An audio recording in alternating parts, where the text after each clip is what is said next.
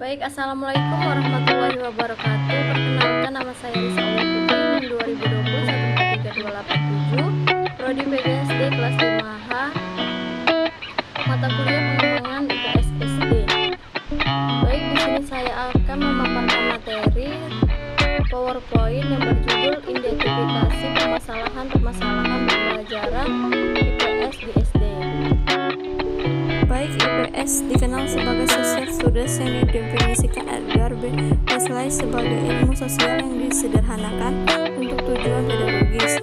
Untuk IPS juga diajarkan di ZB mendefinisikan sebagai studi data, analisis, dan masalah etika yang berhubungan dengan sejarah manusia, perilaku manusia, dan nilai-nilai manusia. Singkatnya, studi sosial di kelas adalah tentang bagaimana dan mengapa orang bertindak, apa yang mereka yakini, dan di mana dan bagaimana mereka telah hidup. Ini tentang aksi, ide, nilai, waktu, dan tempat yang mencakup rantai yang sangat luas dan tidak berbentuk, tetapi memungkinkan kebebasan yang luar biasa dalam pemeliharaan bahan dan metode untuk guru. Siswa yang teridentifikasi adalah berkeliaran dan bermain ketika pembelajaran berlangsung, susah diatur, tidak mengerjakan tugas yang diberikan, membuat keributan di dalam kelas, tidak memperhatikan dan mengatur, sedangkan sarana dan prasarana pembelajaran yang dianggap masih kurang adalah buku dan media pembelajaran. Guru juga merasa kesulitan dalam memahami materi pembelajaran di luar bidangnya, dan metode pembelajaran yang digunakan kurang variatif karena lebih banyak menggunakan metode ceramah. Pembelajaran terintegrasi ini menimbulkan persoalan tersendiri dalam pembelajaran IPS. Tujuan dari penelitian ini adalah untuk mengidentifikasi permasalahan-permasalahan dalam pembelajaran IPS. Metode yang digunakan adalah metode kualitatif. Informasi yang digunakan adalah guru-guru, dan metode pengumpulan data adalah wawancara, observasi, dan dokumentasi. Analisis data menggunakan analisis deskriptif. Berdasarkan hasil penelitian dapat diidentifikasikan 4 permasalahan, yakni perilaku disruptif siswa, kurangnya sarana dan prasarana pembelajaran, guru kurang memahami materi di luar bidang ilmunya, serta metode pembelajaran yang kurang variatif. Pendekatan pembelajaran terpadu dalam IPS sering disebut dengan pendekatan interdisipliner. Beberapa model penerapan pendekatan terpadu dalam pembelajaran IPS menurut Dekdiknas 2007 dapat dikategorikan sebagai berikut. 1. Model integrasi berdasarkan topik, misalnya tema kegiatan ekonomi penduduk ditinjau dari geografi, ekonomi, dan sosiologi dan sejarah. Kedua, ada model integrasi berdasarkan potensi utama wilayah setempat, misalnya potensi Lombok sebagai daerah wisata budaya dapat dikaji dari faktor alam, historis, dan budaya masyarakat setempat. Ketiga, ada model integrasi berdasarkan permasalahan yang ada, misalnya tentang TKI, ditinjau dari segi geografi, ekonomi, sosiologi, dan historis. Keempat, ada model integrasi lintas disiplin ilmu yang merupakan model yang digunakan di sekolah dasar dengan pembelajaran terpadu. Siswa dapat mencapai kompetensinya secara utuh, baik itu pengetahuannya. Studi sosial di kelas adalah tentang bagaimana dan mengapa orang bertindak, apa yang mereka yakini, dan di mana dan bagaimana mereka hidup dan telah hidup. Ini tentang aksi, ide, nilai, waktu, dan tempat. Serangkaian topik yang mencakup rentang yang sangat luas dan tidak berbentuk, tetapi memungkinkan kebebasan yang luar biasa dalam suatu pemilihan bahan dan metode untuk guru.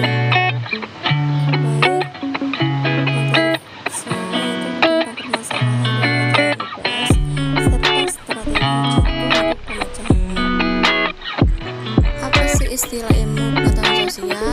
Ilmu pengetahuan sosial merupakan terjemahan social studies. Istilah ini digunakan di sekolah-sekolah Amerika.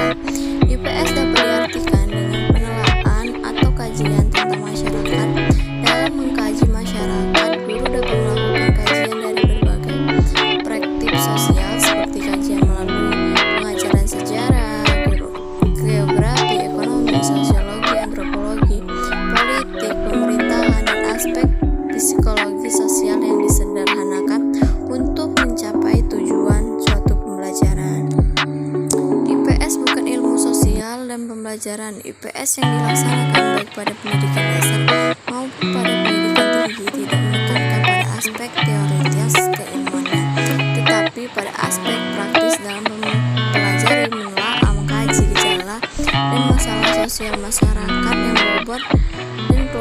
semuanya disesuaikan dengan jenjang pendidikan masing-masing sehingga tertanam sikap mental yang baik dalam bermasyarakat. Proses pembelajaran IPS ini dilaksanakan di sekolah madrasah selama lebih ditekankan kepada penguasaan bahan ataupun materi pembelajaran sebanyak mungkin, sifat kaku dan terpusat pada satu arah, serta tidak memberikan kesempatan bagi siswa-siswa untuk belajar lebih aktif, budaya belajar lebih alih budaya hafalan daripada budaya berpikir. Akibatnya siswa-siswa menganggap bahwa pembelajaran IPS adalah pembelajaran hafalan saja. Permasalahan yang ada pada pembelajaran IPS ini yaitu: 1. Pendekatan teacher gathered, 2. Dominasi ekspositori, 3. Tumbuhnya budaya belajar balistik, 4. Mengajar berdasarkan buku teks, 5. Textbook centered evaluasi berprioritas pada kognitif tingkat rendah, dan posisi guru yang masih transfer of knowledge. Untuk itu, kita harus diusahakan agar pembelajaran itu: 1. Didasarkan pada hal-hal yang sudah dikenal anak dan berisi sesuatu yang baru baginya. 2. Bervariasi dalam menyampaikan penjelasan materi pembelajaran. Misalnya, dengan variasi suara. Suara bisa dikeraskan, dilemahkan, bahkan dapat diam sebentar guna menarik perhatian. 2. Dengan variasi tulisan. Hal-hal yang penting dapat ditulis yang lebih mencolok lain daripada yang lain. 3. Dengan menggunakan gambar peta diperlukan untuk menunjukkan letak atau tempat suatu daerah. 4. Pemilihan dan penggunaan media pembelajaran.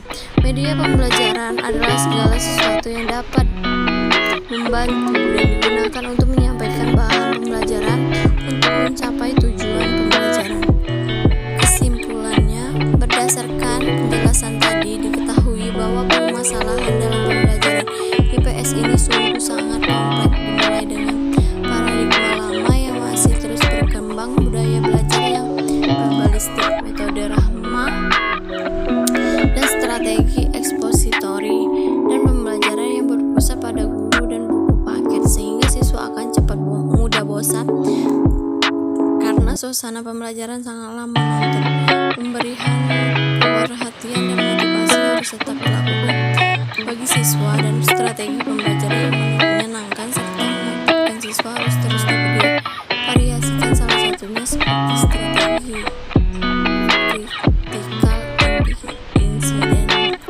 Baik, itu saja materi yang dapat saya sampaikan. Lebih dan kurang saya mohon maaf. Kepada Allah saya mohon ampun. Wabillahi taufiq wal hidayah. Wassalamualaikum.